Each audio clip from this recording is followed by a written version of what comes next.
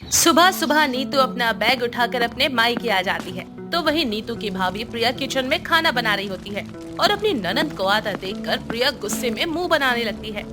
ये देखो, शादी को अभी 6 महीने ही नहीं हुए कि महारानी 8 से 10 बार तो मायके के चक्कर लगा चुकी है। ऐसे लोगों की ही किस्मत अच्छी होती है, उनकी सास इन्हें बार बार मायके आने देती है। और एक हमारी सास है, मायके का नाम सुनते ही इनको बीमारी पड़ जाती है। एक तो ये मेरी प्यारी ननद सारा दिन महारानी की तरह बैठे बैठे हुक्म फरमाती रहती है, भाभी ये बना दो, भाभी वो बना दो। ना चाहते हुए भी प्रिया को अपनी ननद के लिए चाय नाश्ता ले जाना पड़ता है। प्रिया अपनी ननद को चाय नाश्ता देते हुए कहती है, ये लो दीदी, गर्मा गर्म तुम्हारी चाय। वैसे दीदी तुम फिर आ गई, कुछ जरूरी काम था क्या? क्यों, मेरे यहाँ आने से तुम्हें कोई परेशानी है क्या? और ये क्या कह रही हो तुम, फिर आ गई मायके? मेरा जब मन करेगा मैं तब आऊंगी, आपको क्या जाता है इसमें? ज्यादा कुछ भी नहीं दीदी, थोड़ी सी मेहनत बढ़ जाती है बस, क्योंकि आपसे ना तो ससुराल का काम होता है ना ही मायके का, तभी तो बार बार यहाँ आ जाती हो। अब आए हुए मुझे मुश्किल से 10 मिनट हुए हैं और तुम्हारा शुरू हो गया। क्या चाहती हो मुझसे तुम? यहाँ से चली जाऊँ? मुझे अपनी माँ की याद आ रही है, इसीलिए मैं यहाँ आ गई। मेरा जब तक मन करेगा मैं तब तक रहूंगी यहाँ पर। हाँ हाँ दीदी, क्यों नहीं, जब तक रहो जब तक आपका मन करे। और वैसे भी जिसकी सास अच्छी हो उस घर की बहू को किसी भी चीज की कोई तकलीफ थोड़ी ना होती है।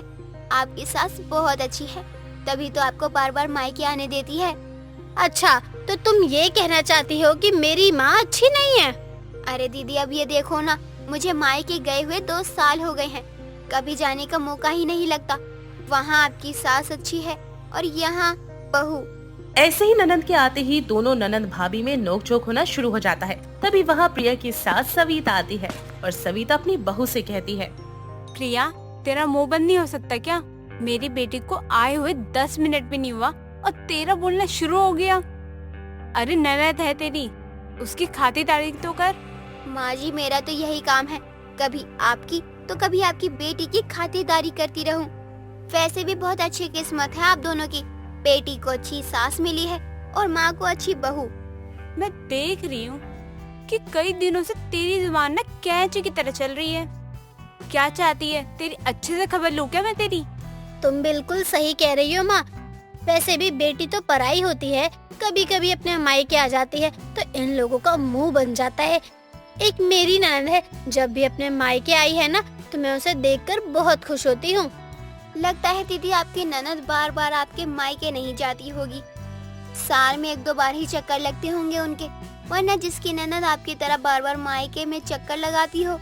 अपना मुंह बंद कर ले, वरना तेरी ना अच्छे से खबर लूंगी। मेरी बेटी की बेइज्जती तूने बहुत ही कर ली है। अब अंदर जाकर ना चुपचाप से ना खाना बना। सास अपनी बहू को वहाँ से डांट फटकार कर भगा देती है। बेचारी प्रिया मुंह बनाकर अंदर चली जाती है। ऐसे ही शाम को प्रिया अपनी सास के पास आती है और रात के खाने में क्या बनाना है ये पूछते हुए कहती है, माँ जी, खाने में क्या बनेगा? आज फ्रिज में टिंडे रखे हैं, टिंडे बना दूं क्या? अरे भाभी, दिखाई नहीं देता है क्या? ननद अपने मायके आई है, ये नहीं कि कुछ बढ़िया सा बना कर दूं। मेरी मानो तो आज शाही पनीर, गाजर का हलवा और पूरी बना लो। नीतू बिल्कुल ठीक कह रही है। अगर उसका मन है ना शाही पनीर और गाजर का हलवा और पूरी खाने का, तो इस घर में ना वही बनेगा। और हाँ, समर भी ना ऑफिस से आने वाला है और तुझे पता होगा कि आज सोमवार है और वो रोज की तरह 2 तरह की सब्जी खाएगा, तो आलू गोभी की सब्जी ना बना दियो। माँ जी, आप कहो तो 56 भोग बनाकर तैयार कर देती हूँ। ऑर्डर पर ऑर्डर दिए जा रही हो दोनों माँ बेटी बैठकर। ये नहीं कि थोड़ी बहुत हेल्प करवा दूं किचन में जाकर। मेरी प्यारी ननद से तो कोई काम होता नहीं है, इसलिए बार बार भागकर अपने मायके आ जाती है और हमारा काम बढ़ा देती है। इससे साफ पता चलता है कि कामचोर कौन है। मेरे आने से आपका काम बढ़ गया है ना, तो रहने दो, कुछ करने की जरूरत नहीं है। माँ, मैं अपने ससुराल जा रही हूँ। अरे बेटा, तू आराम से बैठ। और प्रिया, चुपचाप से ना किचन में जाके खाना बना दे और तैयारी कर जल्दी। मेरी बेटी तो कभी कभी मायके आती है और उसके लिए अच्छे से खाना बनेगा और कलेश करने की जरूरत नहीं है। प्रिया गुस्से में किचन में जाती है और किचन में जाकर अपनी ननद के लिए खाना बनाने लगती है। तो वहीं दूसरी तरफ नीतू सारा दिन बैठी बैठी अपनी माँ से अपने ससुराल वालों की बुराई और चुगलियां ही करती रहती।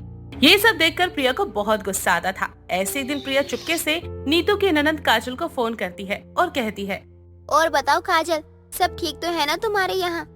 हाँ भाभी, सब ठीक है। और बताओ नीतू भाभी कब आ रही है अपने ससुराल वापस?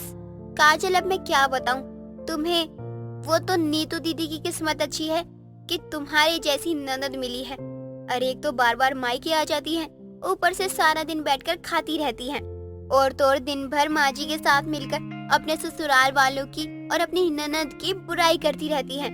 अच्छा, तो मतलब ससुराल की चुगली मायके में जाकर भी उनको चैन नहीं है ना? लगता है उनकी अच्छे से खबर लेनी होगी। मैं भी अपने मायके जा रही हूँ, लेकिन मायके जाने से पहले इनको फोन करके इन्हें ससुराल बुलाती हूँ और इनसे अपनी खातिरदारी करवाती हूँ। जब उनकी ननद अपने मायके जाएगी तभी इनको अकल आएगी। और नहीं तो क्या, एक तो इतनी अच्छी ननद है, ऊपर से दिन भर ननद की बुराई करती रहती है। वो तो मैं सोचती हूँ कि काश तुम मेरी ननद होती, पर किस्मत ही खराब है मेरी। अरे भाभी, तुम बिल्कुल भी चिंता मत करो, इनको तो मैं अभी ठीक करती हूँ। रुक जाओ, तुम देखना कैसे मुंह बनेगा इनका। प्रिया नीतू की ननद काजल को बुरी तरीके से भड़का देती है, जिसके बाद काजल तुरंत अपनी भाभी नीतू को फोन करती है और कहती है, अरे भाभी, कहाँ हो तुम? जब देखो तब अपने मायके चली जाती हो। अरे घर पर माँ की तबीयत खराब है, मैं भी कल अपने मायके आ रही हूँ। आज शाम को ही ससुराल पहुँच जाओ, ऐसे काम नहीं चलेगा। जब देखो तब मुंह उठाकर अपने भाई के पास जाती हो। अरे दीदी तुम चिंता मत करो, मैं आज शाम को ही अपने ससुराल पहुंच जाऊंगी। और हाँ, माँ जी की चिंता करने की जरूरत नहीं है, उनका अच्छे से ख्याल रख लूंगी मैं। और क्यों बेकार में अब मायके आओगी, अपने ससुराल में रहो ना आप। क्यों भाभी, मैं अपने मायके आ रही हूँ तो आपको कोई तकलीफ है क्या? जब खुद अपने मायके जाती रहती हो तब तो बड़ा मजा आता है आपको। सारा दिन अपनी भाभी से काम करवाती रहती हो। जब आपकी ननद अपने मायके आएगी ना, तब अकल आएगी आपको। दोनों ननद भाभी आपस में फोन पर खूब बहस करते हैं। शाम को मजबूरन नीतू को वापस ससुराल जाना पड़ता है। अगले ही दिन काजल भी अब अपने मायके आ जाती है और मायके आते ही काजल भाभी को ऑर्डर पर ऑर्डर देना शुरू कर देती है। ये सब देखकर नीतू को बहुत गुस्सा आता है। जब देखो तब चुड़ैलों की तरह गंदी सी शक्ल लेकर अपने मायके आ जाती है। महारानी से ससुराल में रहा नहीं जाता है। अरे बार बार मायके आने की जरूरत क्या है? सास ससुर की सेवा करना, ननद की देखभाल करना एक बहू का कर्तव्य होता है, लेकिन इन बेवकूफों को कौन समझाए। नीतू ऐसा बोलकर बड़बड़ा रही थी कि तभी वहाँ पर काजल आती है और काजल नीतू की सारी बातें सुन लेती है। इसके बाद काजल नीतू से कहती है, बड़ी आई हमें कर्तव्य सिखाने वाली। जब खुद पर पड़ी तब पता चला कि एक बहू होने के कर्तव्य होते क्या हैं। कल तक जब अपने मायके में थी तब तो बड़ा मजा आ रहा था अपनी भाभी को परेशान करने में। अब जब खुद परेशान हो रही है तब पता चल रहा है कि क्या होते हैं एक बहू के कर्तव्य।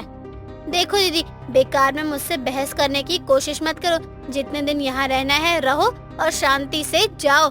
और रही बात खातिरदारी की, तो किचन में बराबरी से हेल्प करनी होगी, वरना मैं कुछ बनाकर नहीं खिलाने वाली हूँ। हाँ, क्योंकि काम चोर हो ना। अब जब खुद की ननद मायके आई है तब पता चल रहा है आपको कि ननद कितनी परेशान करती है अपनी भाभी को। एक बात मेरी कान खोल कर सुन लो, जब तक मैं यहाँ रहूंगी तब तक एक काम नहीं करूंगी, और जो जो खाने में बनाने को बोलूंगी वो आपको बनाना पड़ेगा। अगर आपने ऐसा नहीं किया तो अपनी माँ और भैया को आपके खिलाफ भड़का दूंगी।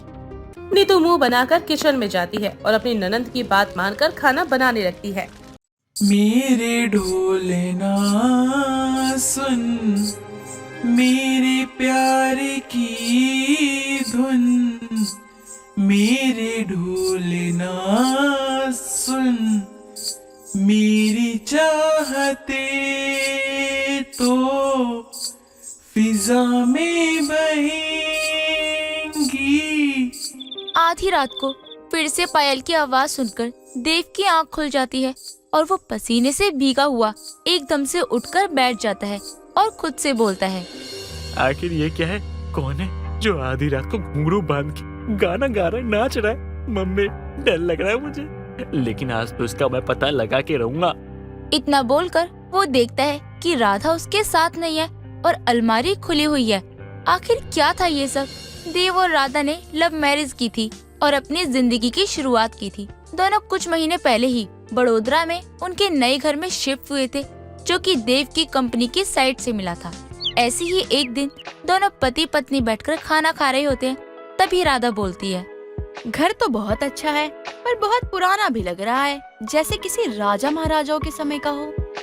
हो भी सकता है। यहाँ पे कई ऐसे घर हैं जो बहुत पुराने हैं और यहाँ पे बहुत सारी एंटीक चीजें भी होंगी जो तुम्हारे टेस्ट के अकॉर्डिंग परफेक्ट है। हाँ, ये तो सही कहा तुमने। पता है, ऊपर वाले फ्लोर पर एक बड़ा सा कमरा है जिसके दरवाजे पे ताला लगा है। मन कर रहा है खोल दूं उसे। देखो मेरी जान, ये हमारा घर है और तुम ना डरना मत, क्या पता कहीं से कोई भूत आ जाए। जी मैं नहीं डरती, समझे आप ही डरते होगे। ऐसे ही कुछ देर बाद देव खाना खाकर ऑफिस के लिए निकल जाता है और राधा भी अपने कामों में लग जाती है। और सारा काम खत्म करने के बाद वो ऊपर वाले फ्लोर पर जाती है जहाँ वो बड़ा सा कमरा था। उसके बाहर लगे बड़े से ताले पर बहुत सारा मौली का धागा बंधा हुआ था, जिसे देखकर राधा खुद से कहती है, ये सब क्या है? ऐसा लग रहा है जैसे किसी ने अभी मंत्रित करके इस कमरे को बांध दिया है। पर अब के टाइम में ये सब कौन करता है? आज मैं ये रूम खोल के ही देखूंगी कि आखिर इसमें है क्या। इतना बोलकर राधा रूम खोलने के लिए पास में रखी हुई हथौड़ी से उस ताले पर वार करती है और काफी मेहनत करने के बाद आखिरकार वो ताला टूट ही जाता है। जिसके बाद राधा उसके अंदर जाती है और देखती है कि वहाँ पर बहुत सारी पुरानी चीजें रखी हुई थी। तभी उसकी नजर एक तस्वीर पर जाती है जिसे वो अपनी साड़ी के पल्ले से साफ करती है। तो तस्वीर एक बहुत ही सुंदर मेनका नाम की लड़की की थी, जिसके पैरों में बेहद सुंदर पायल थी। तभी राधा की नजर पास में रखी हुई एक पोटली पर जाती है और वो उसे उठाती है और खोल के देखती है तो उसमें वही पायल थी जो मेनका ने तस्वीर में पहनी हुई थी, जिसे देखकर वो बोलती है, वाह कितनी सुंदर पायल है, क्या कमाल की कारीगरी करी है इसमें। और इसकी छन छन मानो जैसे कोयल की मीठी सी कूकू हो। यह पायल यहाँ रखे रखे खराब हो रही है। इसकी जगह यहाँ नहीं बल्कि मेरे पैरों में है और अब मैं इनको पहनूंगी। पर इनको तो छन छन पसंद ही नहीं है। चलो कोई नहीं, जब ही नहीं होंगे मैं तब पहन लिया करूंगी। इतना बोलकर राधा पायल को अपने पैरों में पहन लेती है और मेनका की तस्वीर को देखने लगती है। कुछ देर बाद वो वापस नीचे आ जाती है और पायल को उतारकर अलमारी में रख देती है। ऐसे ही दिन बीतते हैं और जब देव घर पर नहीं होता तो राधा पायल पहनकर पूरे घर में घूमती और नाचती थी। और एक रोज राधा मेनका के बारे में जानकारी निकालती है तो उसे पता चलता है कि मेनका एक नामी अदाकारा थी, जिसके पायल के घुंघरू जब छनकते थे तो लोग उनको देखकर अपना दिल हार बैठते थे। ऐसे ही एक रात जब देव सो रहा होता है तो राधा एकदम से उठकर बैठ जाती है और अलमारी से वो पायल निकालकर सीधा ऊपर वाले फ्लोर पर जाती है और उसे पहनकर नाचने और गाने लगती है। साथी रे मर के भी तुझको चाहेगा दिल, तुझे ही बेचैनियों में आएगा दिल। मैं आ गई हूँ अपना बदला लेने, सालों बाद आखिरकार मेरा बदला पूरा होके रहेगा। यह पायल के घुंघरू अब कहर बनकर बरसेंगे। इतना बोलकर राधा वहीं बेहोश हो जाती है। सुबह जब उसे होश आता है तो देव उससे पूछता है, राधा तुम ठीक तो हो ना? तुम रात को ऊपर कर क्या रही थी? और जब तुम्हें ढूंढता हुआ मैं वहाँ पहुँचा तो तुम बेहोश थी। मैं ऊपर कब गई? मैं तो सोई थी ना।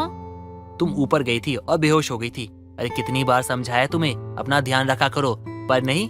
आज के टाइम पे ना सही से खाती हो ना पीती हो, बस इस घर के अंदर घूमती रहती हो। मेरी एक बात ध्यान से सुनो, आज से तुम टाइम पे सोओगी, टाइम पे खाओगी, ठीक है? राधा को देव की बात समझ नहीं आती, क्योंकि वास्तव में उसे कुछ याद ही नहीं था कि वो कब राधा से मेनका बन जाती है। ऐसे ही वक्त गुजरता है और अब राधा पर मेनका हावी होना शुरू हो जाती है, जिसके चलते अब जब भी राधा वो पायल पहनती तो खुद को मेनका समझने लगती। ऐसे ही एक रात राधा उठती है और अलमारी से पायल निकालकर उसे पहनती है और मेनका के कमरे में जाकर उसकी तरह तैयार हो जाती है और जोर जोर से गाने लगती है। मेरे ढोले ना सुन, मेरे प्यार की धुन, मेरे ढोले ना सुन, मेरी चाहते तो फिजा में बहेंगी। मेनका का गाना सुन देव की आंख खुल जाती है और वो देखता है कि राधा उसके पास नहीं है और कमरे की अलमारी भी खुली हुई है। ये देख वो हैरान हो जाता है। तभी वो आवाज का पीछा करते हुए मेनका के कमरे में जा पहुंचता है, जहां वो देखता है कि राधा पैरों में पायल पहने एक अदाकारा की तरह तैयार होकर झूम झूम कर नाच रही है। और जैसे ही उसकी नजर देव पर पड़ती है तो वो बोलती है, आ गया तू। देख, तेरे सामने तेरी मौत खड़ी है। मैं हूँ मेनका, याद आया मैं कौन हूँ? दुष्ट देवराज। देवराज? कौन देवराज? मैं देव हूँ राधा। क्या हुआ? क्या बैकी बैकी बातें कर रही हो? और ये पायल और कपड़े क्यों पहना है तुमने? और ये नाचना गाना कैसे सीखा तुमने? भूल गया तू इतनी जल्दी? याद दिलाती हूँ आज तुझे मैं। मेनका एक सुंदर अदाकारा थी। जितनी सुंदर वो खुद थी उतना ही सुंदर वो डांस भी किया करती थी। दरअसल बड़ोदरा के बहुत बड़े जमाने में जमींदार देवराज का मेनका पर दिल आ जाता है, जिसके चलते उसे अपना बनाने की कोशिशों में लग जाते हैं। पर मेनका उनके प्रस्ताव को ठुकरा देती है, जिसके चलते उसे जबरन उठाकर अपने साथ ले आता है और उसकी इज्जत के साथ खिलवाड़ करके उसे मौत की नींद सुला देता है। अभी याद आया देवराज? हाँ, मेरा बदला पूरा होगा। तुझे तो मैं ही मारूंगी। मेरे पैरों में ये पायल देख रहा है ना? ये पायल नहीं, तेरी मौत है, मौत। इतना कहकर राधा वहीं बेहोश हो जाती है। अपनी पत्नी का ये हाल देखकर देव के तो होश ही उड़ जाते हैं। वो जल्दी से उसे उठाकर रूम में ले आता है और जल्दी से अपने दोस्त नील को फोन करके उसे अपने घर बुलाता है, जो एक बहुत बड़ा मनोवैज्ञानिक था। कुछ ही देर में नील उसके घर आता है और देव उसे सारी बात बताता है, जिसके बाद नील बोलता है, अब मैं सब कुछ समझ गया हूँ। जब राधा को मेनका के बारे में पता चला और उसने उसको जाना, तो कहीं ना कहीं मेनका की छवि राधा के दिल में बस गई, जिसके बाद धीरे धीरे वो खुद को मेनका समझने लगी और तुम्हें देवराज, जिसने उसके साथ गलत किया था। और अब वो तभी शांत होगी जब वो देवराज यानी तुम्हारा खून कर देगी। भाई, मेरी जान जाती है तो जाए, मुझे कोई दिक्कत नहीं है, पर मेरी राधा को कुछ नहीं होना चाहिए। मैं उसे बहुत प्यार करता हूँ। तू चिंता मत कर, मैं सब ठीक कर दूंगा। मैं कुछ नहीं होने दूंगा, ना तुझे ना भाभी को।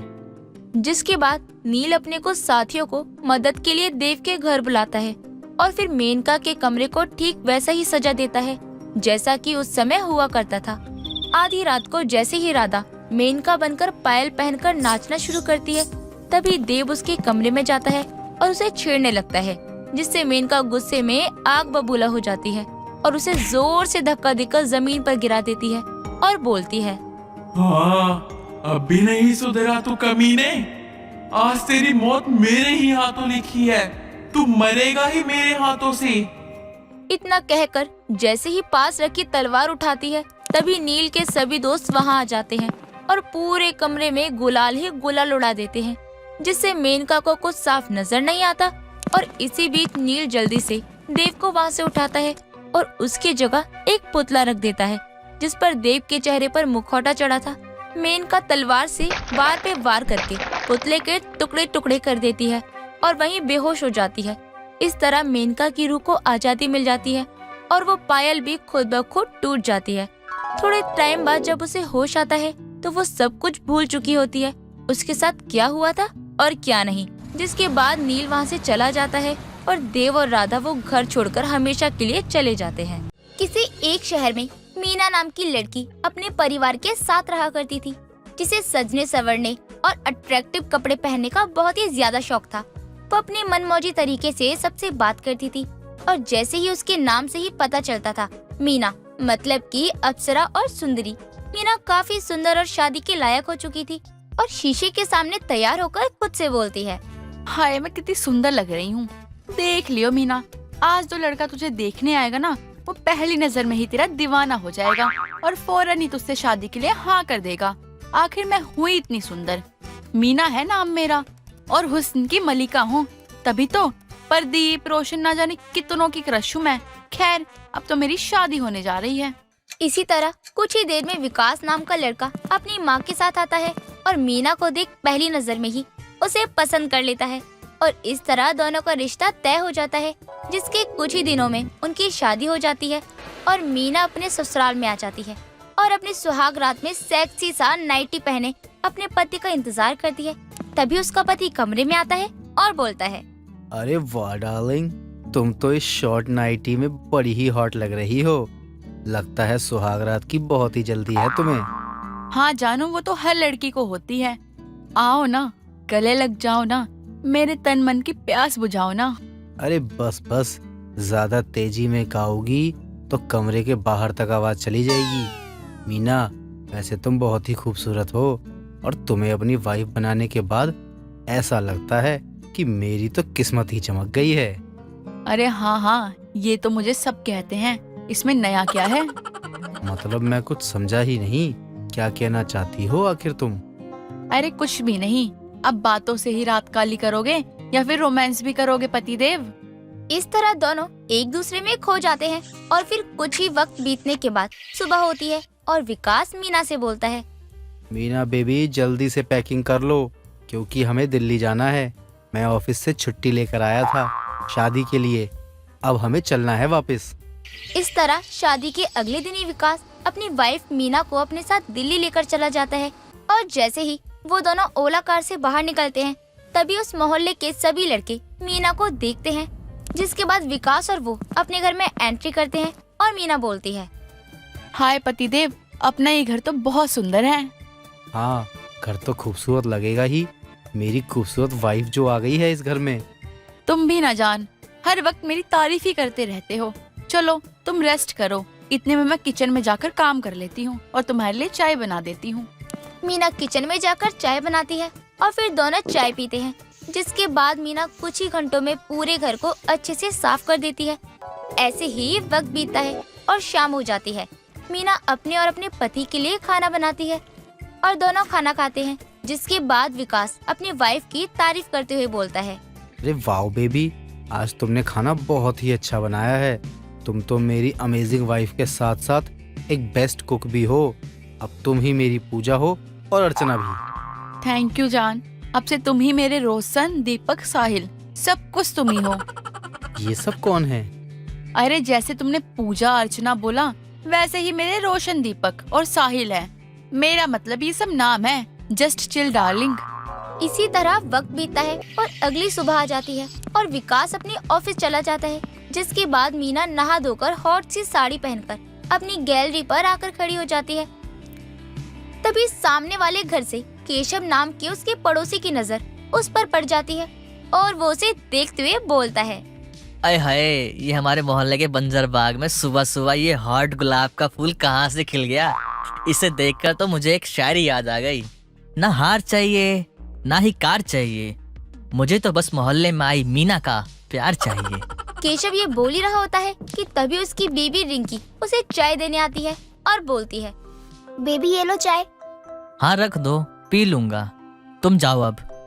अरे आज तुम इतने अजीब तरीके से क्यों बोल रहे हो? और दिन तो मुझे रोक लेते हो, रोमांटिक शब्द बोलते हो, आज क्या हो गया? रिंकी ये बोल ही रही होती है कि तभी उसकी नजर सामने की गैलरी पर खड़ी मीना पर पड़ती है और वो बोलती है, ये नई भला कौन है जो ऐसे बेशर्म तरीके से साड़ी पहन के गैलरी पर खड़ी हो गई है? देखो तो, इसे जरा भी शर्म नहीं आ रही और इतना सोच नहीं सकती क्या कि इस मोहल्ले में और भी आदमी है? भगवान कहीं ये मेरी सौतन ना बन जाए। इससे पहले मैं अपने पति को अंदर लेकर चली जाती हूँ। इस तरह रिंकी अपने पति को अंदर लेकर चली जाती है और जिसके बाद मीना भी अपने घर के अंदर चली जाती है और वो अकेले बोर हो रही होती है। तभी खुद से बोलती है, शिट यार, मैं तो बोर हो रही हूँ। अभी तो विकास को भी गए हुए 1 घंटा ही हुआ है, क्या करूँ? चलो नीचे ही घुमाती हूँ, थोड़ा मूड चेंज हो जाएगा। चल मीना, चलते हैं। इस तरह मीना हॉट सी साड़ी में फुल मेकअप करके अपने घर को बंद करके घूमने के लिए निकल जाती है और इस बार फिर से मोहल्ले के रोहित की नजर उस पर पड़ती है और वो मीना को देख कमेंट पास करते हुए बोलता है, अरे वाह, कितनी खूबसूरत और हॉट है ये। अरे काश ये मेरी पत्नी होती या मेरी पत्नी इसकी तरह होती। मेरा तो दिल खुश हो जाता। आए हाय, विकास भैया की तो किस्मत खुल गई, कितनी अच्छी और हॉट बीवी मिली है इन्हें। इस तरह इस बार उसी मोहल्ले के दूसरे शख्स विजय मीना की खूबसूरती का कायल हो जाता है और घर जाकर अपनी वाइफ को बोलता है, अरे काजल सुनो, अरे हमारे मोहल्ले में इतनी सुंदर औरत आई है, उसको देखकर हमारा दिल तो फिसल गया। अरे बहुत हॉट है। अरे काम करो, तुम भी उसकी तरह बन जाओ, कितनी हॉट और अच्छी लगोगी। क्या बताएं तुम्हें। बस करो, ज्यादा तारीफ मत करो उसकी। मैं जैसी हूँ ना वैसे ही ठीक हूँ मैं। अगर तुम खुद को उसकी तरह सजा नहीं सकती, अपने पति को हॉट लग नहीं सकती, तो शादी क्यों की तुमने। अरे अब तो मैं उसी पे लाइन मारूंगा। तुम्हें जो करना है करो, जो समझना है समझो। समझी तुम। क्या मतलब है तुम्हारा। अरे मतलब तो साफ है, वो हमारे मोहल्ले के विकास भैया है ना, उनकी पत्नी है, और इसी नाते हमारी भाभी हुई। बल्ले बल्ले, शावा शावा। अरे अब तो मजा आएगा, भाभी से थोड़ी दिल की बातें करेंगे। ज्यादा दूर की मत सोचो, तुम समझे ना। और खुली आंखों से ना सपने देखना ना बंद कर दो। और वो मेरी सौतन बनी ना, और तुम याद रखना, तुम्हारा है ना कीमा बना के रख दूंगी। अभी देख के आती हूँ ऐसी कौन सी बला आ गई है। इस तरह काजल अपनी मोहल्ले की सहेली रिंकी के घर जाती है। हाँ काजल, आ जाओ, घर में ही हूँ मैं। रिंकी, एक बात बता, इस मोहल्ले में कौन सी औरत आई है और तेरा क्यों मूड ऑफ है यार। अरे काजल क्या बताऊँ, वो डायन थोड़ी देर पहले यहाँ ग्रिल पर खड़ी थी और मेरा पति केशव उसे लगातार देखे जा रहा था, जैसे कि उसमें गुरुत्वाकर्षण बल या कोई मैग्नेट हो। मुझे तो डर लग रहा है कि वो मेरी सौतन ना बन जाए। वैसे आपको ये कैसे पता कि कोई औरत आई है। अरे अभी विजय के पास से आ रही हूँ, वो उसकी बहुत तारीफ कर रहे थे। मुझे तो डर लग रहा है कि वो मेरी सौतन ना बन जाए। दोनों बात कर रही होती है कि तभी मीना वहाँ आ जाती है और उसे देख काजल और रिंकी उसे रोकती हुई बोलती हैं, अरे रुको जरा, तुमसे बात करनी है। किस तरह की साड़ी पहनती हो तुम। इस मोहल्ले में ना शादीशुदा औरतें ना बहुत है, थोड़ा सा ना सही से रहा करो और अपने ना चाल चलन ना ठीक कर लो। अरे अब मैं इतनी सुंदर हूँ तो इसमें मेरी क्या गलती है। एक काम करो, अगर तुम दोनों को अपने पति पर भरोसा नहीं है तो उसे अपने पल्लू से बांध लो। चलो बाय लेडीज। इतना बोलकर वो वहाँ से चली जाती हैं और इसी तरह अगला दिन आ जाता है और विजय और केशव एक दूसरे से बातें करते हैं, जहाँ केशव उसे बोलता है, यार विजय, एक बात बताऊं, मोहल्ले में आई भाभी पर मेरा दिल आ गया है। अरे भाई क्या बात कर रहा है तू। अरे तेरे से ज्यादा दुखी मैं होता था कि कौन से बेकार से मोहल्ले में घर ले लिया मैंने, लेकिन जब से भाभी जी आई है, उनकी हॉटनेस देखी है, अरे मेरा तो दिल खुश हो गया है। मन करता है इसी लोकेशन पे हमेशा बैठकर भाभी जी को ताड़ता रहूं। दोनों बातें कर ही रहे होते हैं, तभी वहाँ मीना हॉट सी साड़ी पहने हुए आती है और बोलती है, हे नोटी बॉयज, क्या बात कर रहे हो तुम लोग। नथिंग भाभी जी, हम बस आपकी तारीफ कर रहे थे। अच्छा जी, व्हाट्स योर नेम। इस तरह दोनों अपना नाम बताते हैं और मीना भी अपना नाम बताती है, जिसे सुन केशव बोलता है, ओ भाभी जी, आपका नाम सुनकर तो मुझे एक गाना याद आ गया, कहो तो सुनाऊं। Yes why not. Urvashi Urvashi take it easy Urvashi. भाभी, गाना कैसा लगा। एक काम क्यों नहीं करते, तुम आइसक्रीम की दुकान खोल लो, तुम्हारी आवाज से आइसक्रीम की अच्छी सेल होगी। Okay boys, I have to go.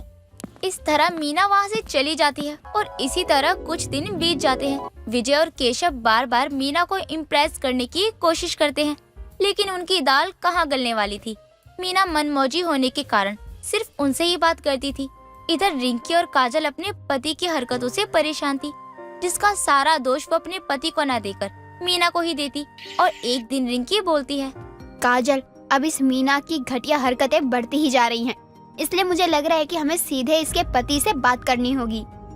इस तरह दोनों मीना के घर जाती हैं और विकास को पूरी बात बताती है और उनकी बातें सुन विकास अपनी वाइफ मीना को बोलता है, डार्लिंग, मैं जानता हूँ कि तुम्हारा ऐसा वैसा कोई इंटेंशन नहीं था, लेकिन तुम हर किसी से फ्रैंकली बात करती हो, इसलिए इन दोनों को गलत लगता है। You are right baby, but इसमें मेरी कोई मिस्टेक नहीं है। तुम दोनों की दोनों सिर्फ मुझ पे इल्जाम मत लगाओ। पहले अपने पति के गिरबान में झांक कर देखो कि वो कैसा है। मैं सिर्फ उनसे एज अ नेबर्स बात करती हूँ। प्यार तो सिर्फ मैं अपने पति से करती हूँ। इस तरह रिंकी और काजल वहाँ से आग बबूला हुए चली जाती हैं और घर जाकर अपने पति की जमकर सुताई करती हैं, जिसके बाद दोनों दोबारा किसी औरत से फ्लर्ट करने की बात को भूल ही जाते हैं। सुनिधि बहुत ही भोली भाली सी और प्यारी सी लड़की थी जो कि अपने परिवार के साथ ही रहा करती थी। उसकी माँ और पिता ने उसे बहुत ही नाजों से पाल पोस कर आज तक बड़ा किया था और वो काफी ज्यादा खूबसूरत भी थी, जिसे देखकर एक दिन उसके पिता कहते हैं, अरे सुनिधि की अम्मा कहाँ हो, इधर आओ। तभी उसी समय आरती अपने पति के पास आती है और उसे कहती है, आ गई। अब जल्दी से बोलिए, कौन सी खास बात है सुबह सुबह? अरे बोलना नहीं है, दिखाना है। देखो चारों तरफ, कुछ अलग दिख रहा है तुम्हें?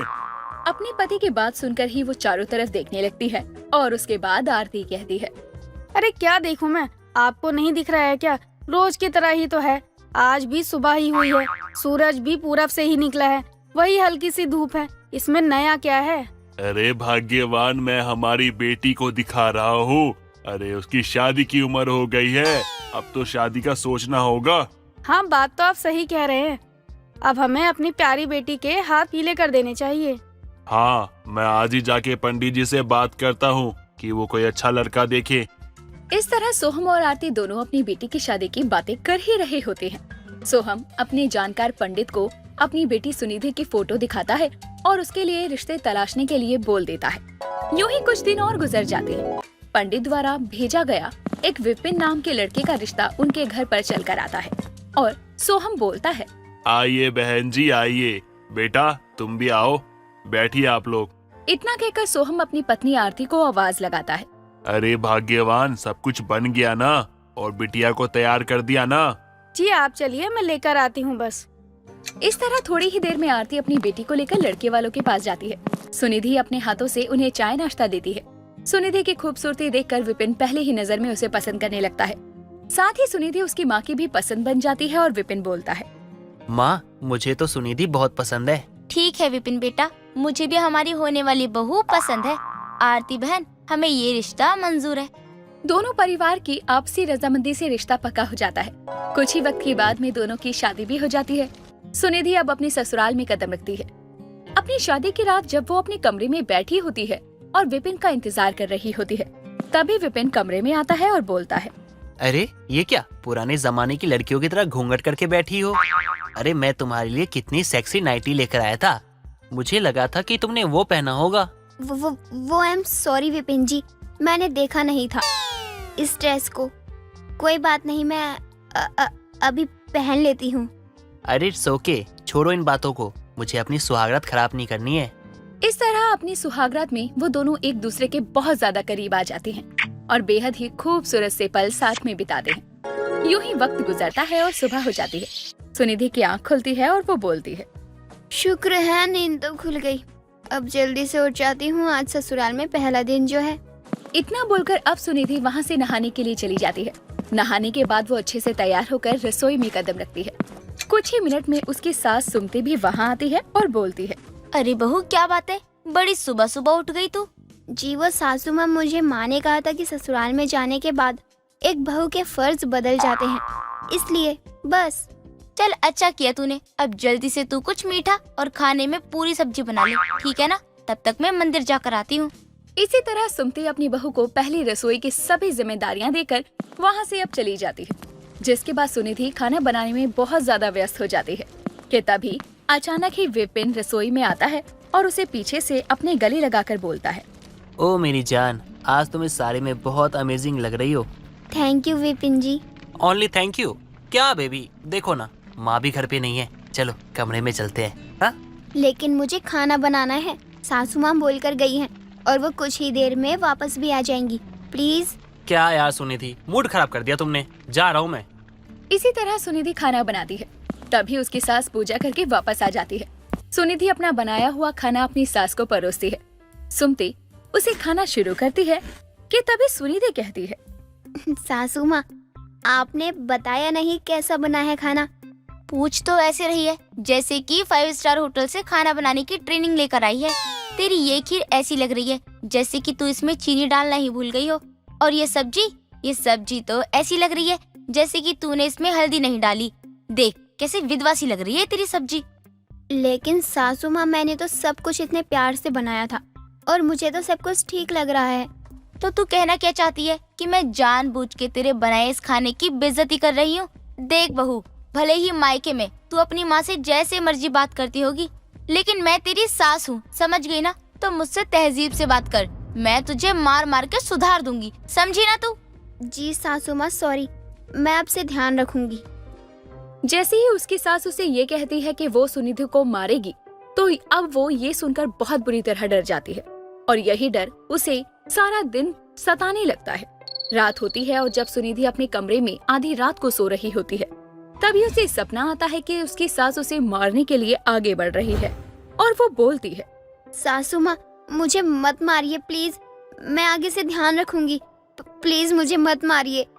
सुनिधि सपने के कारण इतनी ज्यादा डरी हुई थी कि वो बेड पर ही सुसु कर देती है, जिसके बाद बिस्तर पर गीला लगने के कारण अचानक ही उसकी नींद खुलती है और वो बोलती है, अरे ये मैंने क्या कर दिया? सासू माँ के डर के कारण मैंने तो बेड पर ही सुसु कर दिया। इससे पहले कि विपिन जी देखें, इसे सुखाना होगा। क्या करूँ? सुनिधि ये बोल ही रही थी कि तभी उसकी नजर घर में रखी हुई प्रेस पर जाती है। वो प्रेस को गर्म करके गीले बेड को सुखा देती है, जिस कारण अजीब से धब्बे बेड पर पड़ जाते हैं। कुछ ही वक्त के बाद में सुबह होती है और सुनिधि कहती है, अरे ये क्या, मेरे सुसु करने की वजह से बेडशीट पर धब्बे आ गए हैं, क्या करूं अब?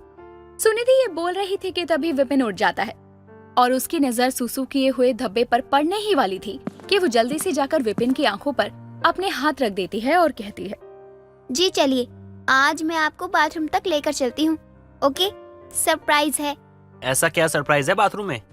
इस तरह सुनिधि उसे बाथरूम में लेकर जाती है और बाहर से बाथरूम का दरवाजा बंद करके कहती है, सॉरी जी, मैं तो आपसे बस मजाक कर रही थी, आप फ्रेश हो जाइए। इस तरह सुनिधि जल्दी से कबर्ड से दूसरी बेडशीट निकालकर बेडशीट को बदल देती है और नहा धोकर नीचे आती है और उसकी सास उसे कहती है, उठ गई बहू रानी, क्या हुआ? जल्दी उठने का शौक बस कल तक ही था क्या? सॉरी सासू माँ, मैं अभी जल्दी से नाश्ता बना देती हूँ। इस तरह सुनिधि नाश्ता बनाकर अपनी सास और पति को देती है, जिसके बाद उसकी सास कहती है, बहू सुन, अगर तेरा किचन का काम खत्म हो गया हो तो आज घर की सफाई कर देगी? जी सासू माँ, मैं कर दूंगी। सुमति के कहने पर अब वो घर की सफाई करने में बहुत ज्यादा व्यस्त हो जाती है और ऐसे में सफाई करते हुए गलती से उससे कांच का एक वास टूट जाता है, जिसकी आवाज सुनकर सुमति आती है और फिर से उस पर चिल्लाना शुरू कर देती है, रे क्या तोड़ दिया? ये लो, जितने की सफाई नहीं की तूने उतने का तो नुकसान कर दिया, सत्यानाश हो तेरा, आज तो तेरी अकल ठिकाने लगानी ही पड़ेगी। गुस्से में आकर सुमति अपनी बहू को एक चांटा लगा देती है। सुनिधि इस बार भी बहुत बुरी तरह डर जाती है। यूं ही वक्त गुजरता है और रात होती है। सपने में फिर एक बार सुनिधि अपनी सास से खुद को मार खाते हुए दिखती है और बेड पर ही सुसु कर देती है और बेड फिर से पूरा गीला हो जाता है। लेकिन इस बार विपिन की आंख खुलती है और वो देखता है कि सुनिधि डरी हुई थी और खुद में ही बड़बड़ा रही थी, सासू माँ, मुझे मत मारिए, मैं पक्का इस बार कोई गलती नहीं करूँगी। नहीं सासू माँ, मत मारिए मुझे। सुनिधि उठो, अरे क्या हो गया तुमको? अरे सपना है ये। विपिन की बात सुनकर सुनिधि उठ जाती है और विपिन बोलता है, ये क्या किया तुमने? पूरा बेड गीला कर दिया। जी, आई एम सो सॉरी, मैं नींद में थी और सासू माँ के सपने के कारण आज फिर से मैंने बेड पर सुसु कर दिया। फिर से? इसका क्या मतलब है कि तुमने पहले भी किया था? हाँ, वो कल भी नींद में सासू माँ के डर की वजह से मैंने बेड पर ही सुसु कर दिया था। प्लीज विपिन जी, आप सासू माँ को ये मत बताना कि मैं बेड पर सुसु कर देती हूँ, वरना ना जाने सासू माँ मेरा क्या हाल करेंगी। अरे ठीक है, डरो मत, मैं नहीं बताऊंगा कुछ। थैंक यू जी। इसी तरह कुछ दिन और बीत जाते हैं। सुमति अपनी बहू के अंदर अपना खौफ बनाए रखने के लिए, कोई उसकी गलती हो या ना हो, हमेशा ही उसे डरा कर रखती और कभी कभी उस पर हाथ भी उठाती। एक दिन वो अपनी बहू के पास आकर कहती है, सुन बहू, आज मेरी कुछ सहेली घर पर आने वाली है, तो तू जल्दी से सारा काम अच्छे से करके आधे घंटे के अंदर कुछ अच्छा बना ले।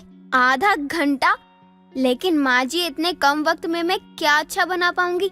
और माँ जी आपने ये तो बताया नहीं कि आपकी कितनी सहेली आने वाली हैं। अरे कितने सवाल पूछेगी, सीआईडी है क्या? माँ जी आप हर वक्त गुस्से में यूँ लाल पीली मत रहा कीजिए, मुझे आपसे डर लगता है। हर वक्त आप सुपनखा मत बना कीजिए। क्या कहा तूने मुझे? ठहर जा, तुझे आज मैं तबीयत से सूतूंगी, तभी तेरी ये एक्सपर्ट ट्रेन जैसी जुबान काबू में आएगी। इस तरह सुमति अपनी बहू सुनिधि को जोरदार चाटा जड़ देती है और दोबारा उसे मारने के लिए अपने हाथ को आगे बढ़ाती है कि उसकी बहू सुनिधि बहुत ज्यादा डर जाती है और खड़े खड़े होश में ही सुसु कर देती है। और सुमति ये सब देखकर कहती है, हाय हाय, ये क्या कर रही है तू बहू? छी छी, अरे ये मेरा घर है बहू। माँ जी आपने मुझे तो इतना डरा दिया कि आज मैंने होश में भी सूसू कर दिया। सुनिधि बोल रही थी कि तभी वहाँ विपिन आता है और अपनी माँ को सारी सच्चाई बताता है और सुमति बोलती है, अरे बहू, मुझे नहीं पता था कि तू इतना ज्यादा डर जाएगी कि बेड पर सुसु करने लगेगी। मैं ही मूर्ख हूँ जो तुझे डरा रही थी। अब से मैं तुझे अपनी बेटी के जैसे रखूंगी, तब तुझे डरना नहीं पड़ेगा। और जब तू डरेगी नहीं तो बिस्तर पर सुसु भी नहीं करेगी। पक्का माँ जी? हाँ हाँ पक्का। इस तरह सुमति अपने बिहेव को बदल लेती है और सुनिधि के डर और बेड पर सुसु करने की समस्या भी हमेशा के लिए ठीक हो जाती है। दोस्तों, अगर आपको ये कहानी पसंद आई तो इसे लाइक करें, शेयर करें और कमेंट करके बताएं कि कहानी में आपको सबसे अच्छा क्या लगा।